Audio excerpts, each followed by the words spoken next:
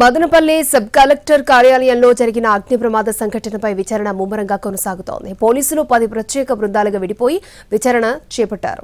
మాజీ మంత్రి పెద్దిరెడ్డి ప్రధాన అనుచరుడు మాధవరెడ్డిని అదుపులోకి తీసుకున్నారు.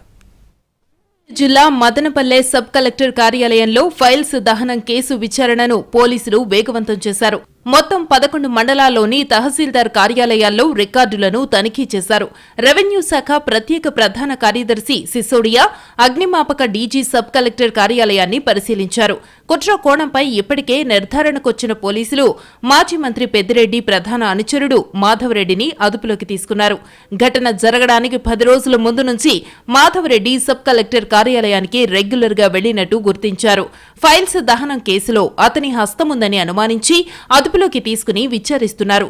10 రోజుల పాటు వరుసగా ఎందుకొచ్చాడు, ఏ ఫైల్స్ కి సంబంధించి ఎవరెవరిని కలిశాడనే వివరాలను పోలీసులు సేకరిస్తున్నారు. పోలీసులు 10 ప్రత్యేక బృందాలుగా విడిపోయి విచారణ చేపట్టారు. ఒక్కో బృందంలో టీం లీడర్ గా డీఎస్సీ స్థాయి అధికారి ఉన్నారు.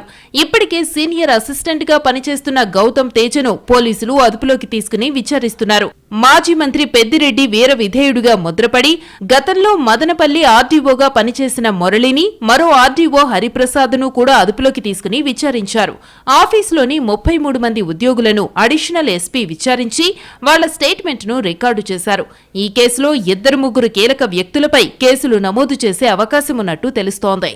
మదనపల్లె అగ్ని ప్రమాదంలో కుట్ర ఉందన్నారు సీఎం చంద్రబాబు. కావాలని ఫైల్స్ తగలబెట్టినట్టు అధికారులు గుర్తించారని చెప్పారు. చూసి చూడనట్టు పోతుంటే ఆధారాలు తుడిచేసే ప్రయత్నం చేస్తున్నారని ఫైర్ అయ్యారు.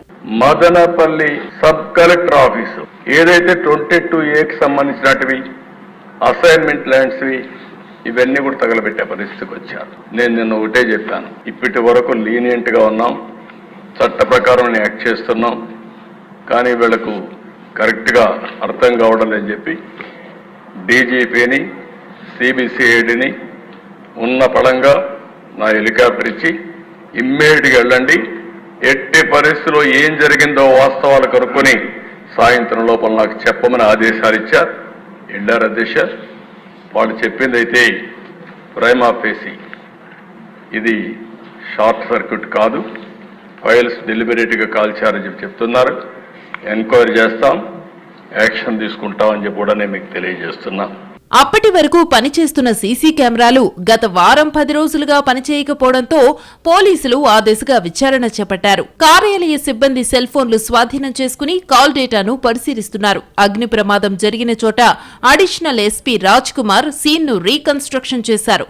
ఫైల్స్ అన్నింటినీ అధికారులు సీజ్ చేసి తీసుకెళ్లారు. దీంతో అక్రమాలకు పాల్పడిన అధికారులకు గుబులు పట్టుకుంది.